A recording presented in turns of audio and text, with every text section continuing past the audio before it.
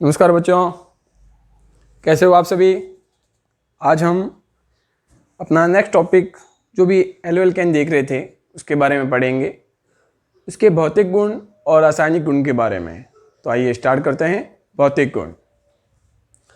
तो भौतिक गुण देखें, ये जल में क्या होते हैं? अघुलनशील। तो जल में होते हैं ये अघुलनशील, क्योंकि एल्किल हैलाइड की जो प्रकृति है कैसी होती है? अध्रुवीय होती है। इसलिए हमेशा ये अध्रुवीय विलायक में ज़्यादा घुलनशील होते हैं और इसी कारण जल में अघुलनशील है। और अन्य विलायक जैसे आपके अल्कोहल हैं या ईथर हैं, बेंजीन है, उसमें क्या होंगे? घुलनशील होते हैं। नेक्स्ट पॉइंट, एल्किल हैलाइड सामान्यतः आपके रंगहीन होते हैं, लेकिन सूर्य की प्रकाश की उपस्थिति में एल्किल ब्रोमाइड और आयोडाइड कैसे दिखाई देते हैं? पीले दिखाई देते हैं। इसी तरह हम बात करें, अगर इनको जलाएं तो ये हरे रंग की ज्वाला के साथ जलते हैं। कौन सी ज्वाला के साथ? हरे रंग की ज्वाला के साथ में। नेक्स्ट टॉपिक है अपना क्वथनांक। तो जो क्वथनांक होता है वो हमेशा दो कारकों पर निर्भर करता है। सबसे पहला आपका है अणुभार। तो क्वथनांक अणुभार के क्या होगा? समानुपाती होता है। अर्थात जैसे जैसे अणुभार के अंदर वृद्धि होगी उस पदार्थ या यौगिक का क्वथनांक भी क्या होगा? बढ़ेगा। देखिए, Maithil fluoride, Maithil chloride, Maithil bromide और मैथिल आयोडाइड। तो इधर जाने पर अणुभार में क्या होती है? वृद्धि। तो अणुभार में वृद्धि होने के कारण क्वथनांक के मान में भी क्या होगी? वृद्धि होती है। नेक्स्ट जो पॉइंट है, क्वथनांक पृष्ठीय क्षेत्रफल के समानुपाती होता है। इंपॉर्टेंट पॉइंट है पृष्ठीय क्षेत्रफल। तो जब समावयवी एल्किल हैलाइड हम लेते हैं तो उनमें से अशाखित समावयवी का क्वथनांक शाखित समावयवी की तुलना में क्या होगा? अधिक। क्यों? क्योंकि अशाखित समावयवी का पृष्ठीय क्षेत्रफल अधिक होता है और शाखित समावयवी का पृष्ठीय क्षेत्रफल कम होता है। तो पृष्ठीय क्षेत्रफल कम होने के कारण उसका क्वथनांक भी क्या होगा? कम। तो देखिए इधर, तो यहां एन ब्यूटिल क्लोराइड है, ये आइसोब्यूटिल क्लोराइड है और ये तृतीयक ब्यूटिल क्लोराइड है। तो इधर जाने पर शाखन क्या हो रहा है? बढ़ रहा है। और जैसे जैसे शाखन बढ़ेगा वैसे वैसे क्वथनांक भी क्या होगा? कम। अर्थात जिसकी जितनी ज्यादा शाखाएं होगी उसका पृष्ठीय क्षेत्रफल भी क्या हो जाएगा? कम। और पृष्ठीय क्षेत्रफल कम होने के कारण उसके क्वथनांक के मान में क्या होती है? कमी होती है। तो काफ़ी क्वेश्चन यहाँ से पुटअप किए जाते हैं एग्जाम्स के अंदर। फिर अगला भौतिक गुण देखें, एल्किल आयोडाइड को अगर हम खुला छोड़ दें सूर्य के प्रकाश में तो ये जल्दी विघटित हो जाता है। तो एल्किल आयोडाइड अधिक क्रियाशील होने के कारण सूर्य के प्रकाश की उपस्थिति में ये विघटित होकर आयोडीन और एल्केन का निर्माण करता है। तो ये भौतिक गुण संपन्न हुए। भौतिक गुण में से आपके बच्चों क्वथनांक पे अधिकतर क्वेश्चन पूछा जाता है। तो आपको क्वथनांक के बारे में जानकारी रखनी है कि अणुभार बढ़ने के साथ और पृष्ठीय क्षेत्रफल बढ़ने के साथ इसमें किस प्रकार परिवर्तन होता है। तो आगे देखें रासायनिक गुण के बारे में। तो रासायनिक गुण, इसको 4 भागों में विभाजित किया गया है। नाभिक स्नेही प्रतिस्थापन अभिक्रियाएं, विलोपन अभिक्रियाएं, धातुओं के साथ अभिक्रियाएं और अन्य अभिक्रियाएं। तो सबसे पहले हम देखेंगे नाभिक स्नेही प्रतिस्थापन अभिक्रियाएं।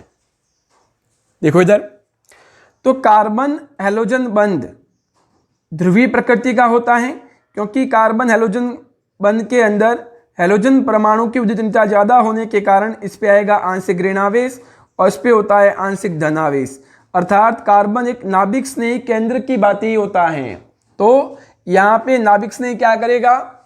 तो जो नाभिक स्नेही है इस धनावेशित कार्बन पर आक्रमण करते हुए इसको प्रतिस्थापित कर देता है। इस तरह नाभिक स्नेही यहाँ आ जाएगा और ये X माइनस बाहर निकल जाता है। इस प्रकार हमें ये उत्पाद प्राप्त होता है। इन अभिक्रियाओं के आपको कहते हैं हम नाभिक स्नेही प्रतिस्थापन अभिक्रियाएं कहते हैं। तो ये नाभिक स्नेही प्रतिस्थापन अभिक्रियाएं 2 प्रकार की होती हैं, SN1 और SN2। क्या मतलब? एक अणु नाभिक स्नेही प्रतिस्थापन अभिक्रियाएं और द्विअणुक नाभिक स्नेही प्रतिस्थापन अभिक्रियाएं। तो एक एक करके देखते हैं हम। सबसे पहला है आपका एक अणुक नाभिक स्नेही प्रतिस्थापन अभिक्रियाएं। पहला पॉइंट, ये अभिक्रिया 2 पदों में संपन्न होती हैं। कितने पदों में होती है संपन्न? 2 पदों में संपन्न होती हैं। सेकंड पॉइंट, तो सबसे पहला पद है या फर्स्ट स्टेप, प्रथम पद कहें तो इस पद के अंदर कार्बन हैलोजन बंध का विषमांश विखंडन होगा और विषमांश विखंडन होने के कारण यहाँ पे एक मध्यवर्ती कार्बोनियम आयन बनेगा। तो ये जो पहला पद होता है मंद गति से संपन्न होता है और इस पद को हम वेग निर्धारक पद का कहते हैं। क्या बोलते हैं? वेग निर्धारक पद, RDS, रेट डिटरमाइनिंग स्टेप। तो यहां देखें अभिक्रिया का वेग केवल एल्किल हैलाइड की सांद्रता पे निर्भर करता है, क्योंकि मंद गति में कौन सा क्रियाकारक भाग ले रहा है? Alkyl halide. तो एल्किल हैलाइड की सांद्रता पे निर्भर करेगा। तो एक ही अणु है, इसलिए इस अभिक्रिया को कहा जाता है एकाणुक नाभिक स्नेही प्रतिस्थापन अभिक्रियाएं। सेकंड पद में क्या होता है? जो मध्यवर्ती कार्बोनियम आयन है उस पे नाभिक स्नेह का आक्रमण होगा। यहाँ तो नाभिक स्नेह का आक्रमण होता है और ये पद तीव्र गति से फास्ट होता है और यहाँ पे आपका उत्पाद प्राप्त हो जाता है। तो देखें इधर, तो यहाँ पे मध्यवर्ती कार्बोनियम आयन बनता है।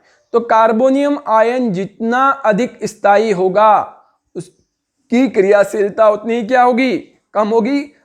अर्थात जिससे आसानी से कार्बोनियम आयन का निर्माण होगा, स्थायी वाले कार्बोनियम आयन का निर्माण होगा, उस एल्किल हैलाइड की क्रियाशीलता उतनी ही ज़्यादा होगी। जैसे 3 डिग्री एल्किल हैलाइड से 3 डिग्री कार्बोकैटायन बनता है, 2 डिग्री एल्किल हैलाइड से 2 डिग्री कार्बोकैटायन बनता है, प्राथमिक से प्राथमिक बनेगा और मेथिल क्लोराइड है उससे आपका मेथिल कार्बोनियम आयन बनता है। तो यहाँ पे क्रियाशीलता का क्रम देखें तो 3 डिग्री सबसे ज़्यादा, 2 डिग्री उससे कम, 1 डिग्री उससे कम होता है। नेक्स्ट स्टेप, रैसेमिक मिश्रण। कौन सा मिश्रण है? रैसेमिक मिश्रण। क्या होता है देखें, तो यहां पर जो मध्यवर्ती कार्बोनियम आयन बन रहा है वो मध्यवर्ती कार्बोनियम आयन कैसा होता है? समतलीय होता है और उसका संकरण होता है आपका sp2। तो मध्यवर्ती कार्बोनियम आयन समतलीय होने के कारण यदि क्रियाकारक प्रकाशिक सक्रिय हो, क्रियाकारक क्या हो? प्रकाशिक सक्रिय, तब क्या होगा? नाभिक स्नेह आगे और पीछे दोनों दिशाओं से आक्रमण कर सकता है। इसलिए वहाँ पे 50% जो इनैंशियोमर्स बनते हैं जिसके कारण हमें रैसेमिक मिश्रण प्राप्त होता है। अर्थात इस अभिक्रिया में क्या होगा? रैसेमाइजेशन होता है। तो अब हम इसकी क्रियाविधि देखते हैं कि किस तरह से तृतीयक ब्यूटिल क्लोराइड की अभिक्रिया देखें हम। तो तृतीयक ब्यूटिल क्लोराइड CH3C, ये तो यहां एक्वस KOH, तो एक्वस KOH का वियोजन होगा K+ और OH-। तो यहां पे नाभिक स्नेह कौन सा है अपना? OH-। तो सबसे पहला पद कैसा होता है? मंद गति से। कैसा है? वेग निर्धारक पद। क्या होगा? इस बंध का विघटन होगा और हमारा मध्यवर्ती कार्बोनियम आयन बनेगा। तो ये जो मध्यवर्ती कार्बोनियम आयन है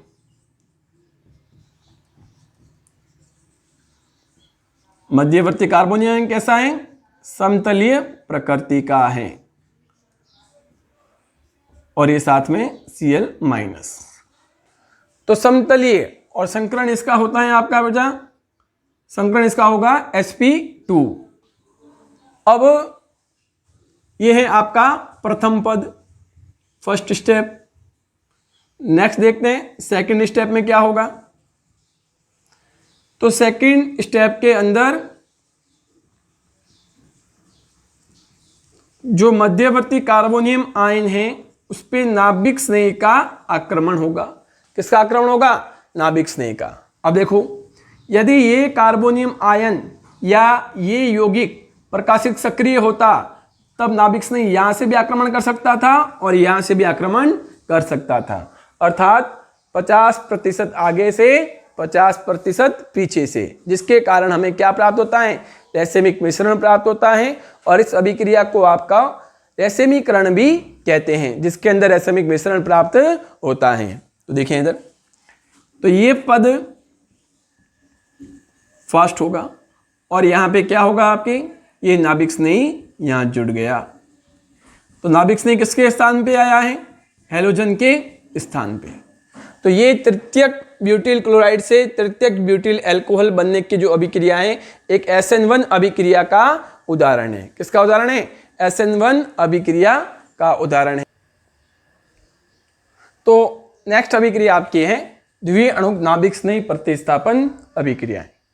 तो द्वितीय अणुक, तो ये जो अभिक्रिया है वो एक पद में संपन्न होती है। कितने पद में होती है, एक पद के अंदर। और इस अभिक्रिया में संक्रमण अवस्था का निर्माण होता है, अर्थात इस अभिक्रिया के अंदर मध्यवर्ती का निर्माण नहीं होता है। तो जो नाभिक स्नेही का आक्रमण होता है वो पीछे की ओर होता है, अर्थात back side attack of nucleophile. नाभिक स्नेही का आक्रमण पीछे से, जहां से हैलोजन परमाणु निष्कासित होता है उसके पीछे से आक्रमण होगा नाभिक स्नेही का। इसे कहा जाता है वाल्डन प्रतिपन्न कहा जाता है। देखते हैं इधर, और इस अभिक्रिया के अंदर जो अभिक्रिया का वेग है वो एल्किल हैलाइड तथा नाभिक स्नेही, किस पे, एल्किल हैलाइड तथा नाभिक स्नेही, इन दोनों की सांद्रताओं पे निर्भर करता है। इसलिए इस अभिक्रिया को द्वितीय अणुक नाभिक स्नेही प्रतिस्थापन अभिक्रिया कहते हैं। फिर देखते हैं क्रियाशीलता। तो यहाँ पे जो क्रियाशीलता है उसके लिए त्रिविम बाधा बहुत ही महत्वपूर्ण है, क्योंकि उसी के आधार पे हम विभिन्न एल्किल हैलाइडों की क्रियाशीलता को समझाएंगे। तो देखते हैं इधर अभी, तो त्रिविम बाधा के अनुसार जैसे हम बात करें प्राथमिक या सबसे पहले मैथिल हैलाइड की, फिर हम बात करें प्राथमिक, फिर हम बात करें द्वितीयक, फिर हम बात करें तृतीयक,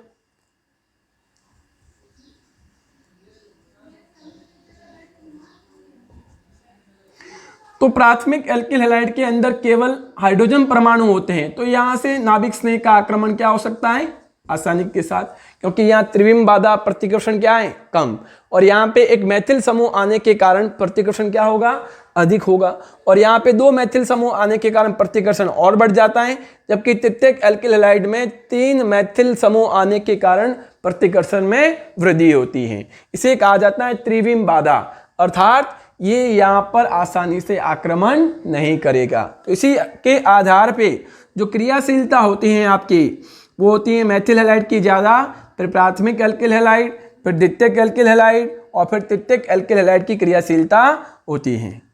तो अब हम देखें इस अभिक्रिया को कैसे संपन्न होती है। ये है आपका मैथिल क्लोराइड। तो यहाँ पे नाभिक स्नेह का आक्रमण होगा। नाभिक स्नेह आक्रमण कहाँ से करेगा, बैक साइड आक्रमण होगा।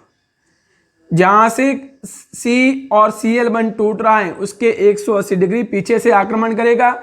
इस तरह से हमें एक संक्रमण अवस्था प्राप्त होती है, जिसमें कार्बन की संयुक्ता कितनी है, 5, जो कि अस्थायी होती है, अत्यधिक अस्थायी, क्योंकि उसकी ऊर्जा अधिक होती है और संक्रमण अवस्था को विलगित नहीं किया जा सकता है। तो ये संक्रमण अवस्था में क्या है, देखो, कार्बन नाभिक स्नेह के मध्य बंध का निर्माण हो रहा है और कार्बन तथा हैलोजन या क्लोरीन के मध्य बंध टूट रहा है। तो इस तरह से अगले पद में क्या होगा, ये Cl- जो निष्कासित नाभिक स्नेह कह सकते हैं, ये बाहर निकल जाएगा और जहां से क्लोरीन बाहर निकला उसके बिल्कुल पीछे से नाभिक स्नेह जुड़ जाता है। तो इस तरह से यह आक्रमण कैसा है, बैक साइड। अब एक पद है अपना वाल्डन प्रतिपन्न। क्या होता है वाल्डन प्रतिपन्न, यदि क्रियाकारक प्रकाशिक सक्रिय हो तो जो क्रियाकारक का अभिविन्यास है बिल्कुल क्या हो जाएगा, विपरीत हो जाएगा। क्यों, जैसे बारिश के अंदर बात करें, छाता होता है, छाते को ऐसे खुला रखें तो जैसे ही आंधी आती है छाता क्या हो जाएगा, उल्टा हो जाएगा, क्योंकि हवा के कारण उसका विन्यास पीछे की ओर चला जाता है। इसी तरह जब क्रियाकारक प्रकाशिक सक्रिय होगा तो ये नाभिक स्नेही कहाँ जुड़ रहा है, बिल्कुल पीछे की तरफ। जैसे अभिविन्यास अभी उधर है इसका, फिर बाद में कहाँ हो जाएगा, इस साइड की ओर। तो इसे कहा जाता है आपका वाल्डन प्रतिपन्न कहा जाता है। तो बच्चों इस SN1 SN2 अभिक्रिया से अपने राजस्थान बोर्ड या CBSE के अंदर क्या पूछे जाते हैं, 2 क्वेश्चन बहुत ही महत्वपूर्ण है। एक तो इनके मध्य अंतर, दूसरा क्रियाशीलता, जैसे कौन सा अधिक क्रियाशील है, तृतीयक हैलाइड किसके लिए क्रियाशील है। अब हम बात करें कि तृतीयक एल्किल हैलाइड हमेशा SN1 अभिक्रिया देता है और प्राथमिक एल्किल हैलाइड आपके SN2 अभिक्रिया देता है। अब जो द्वितीयक एल्किल हैलाइड है उस समय अभिक्रिया का माध्यम क्या है, नाभिक स्नेही कैसा है, ठीक है, उसके आधार पे होगा कि वो SN1 देगा या SN2 देता है। तो इस तरह से ये SN1 और SN2 अभिक्रिया हो चुकी है। अब हम इन अभिक्रियाओं के जो विभिन्न प्रकार के उदाहरण हैं उसके बारे में, तो अब हम इसके उदाहरण देखते हैं। सबसे पहले आपका है एल्किल साइनाइड का निर्माण।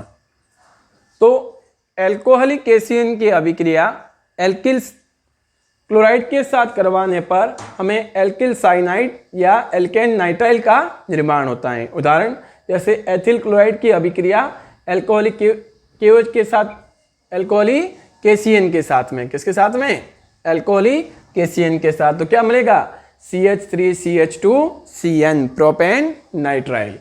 तो ये जो एल्किल नाइट्राइल है या एल्किल साइनाइड, इसका यदि पूर्ण जल अपघटन करें तो हमें कार्बोक्सिलिक अम्ल प्राप्त होता है, और यदि इसका आंशिक जल अपघटन करें तो हमें एमाइड प्राप्त होता है, और यदि इसका हम पूर्ण अपचयन करते हैं तो हमें क्या प्राप्त होता है, प्राथमिक एमीन प्राप्त होता है।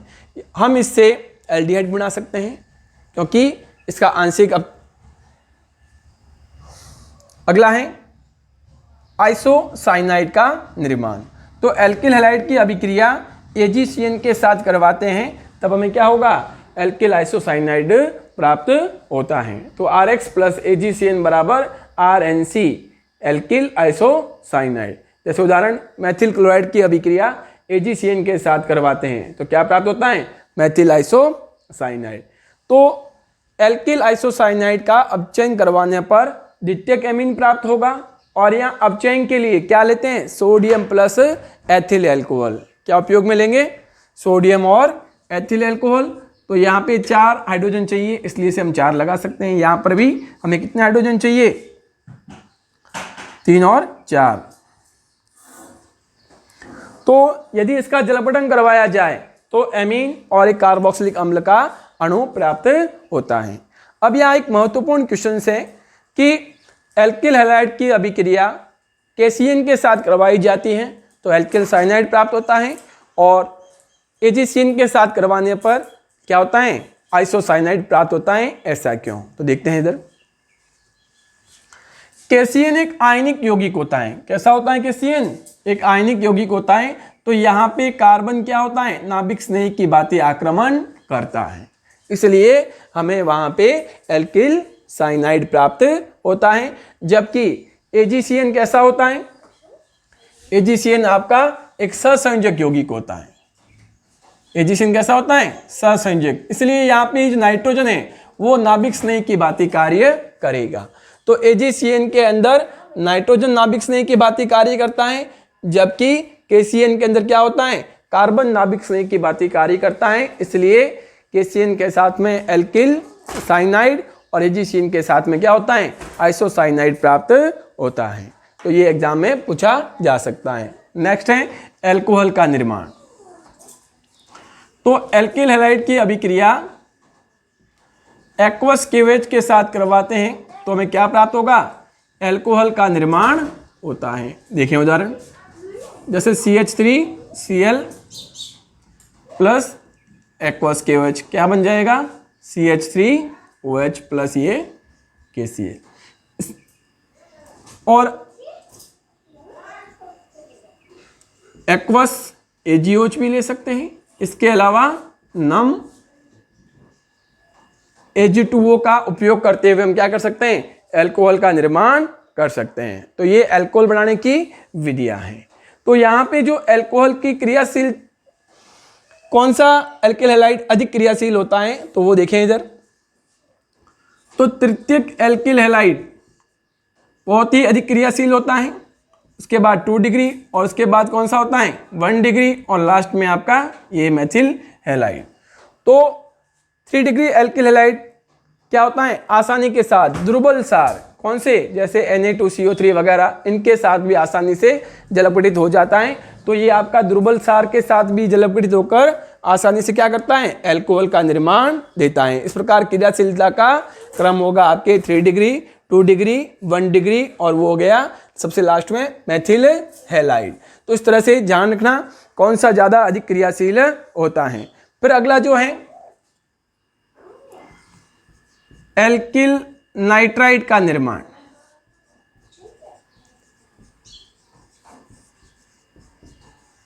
किसका निर्माण एल्किल नाइट्राइड। तो एल्किल हैलाइड की अभिक्रिया KNO2 या NaNO2 इनके साथ करवाई जाती है तो हमें एल्किल नाइट्राइड का निर्माण होता है।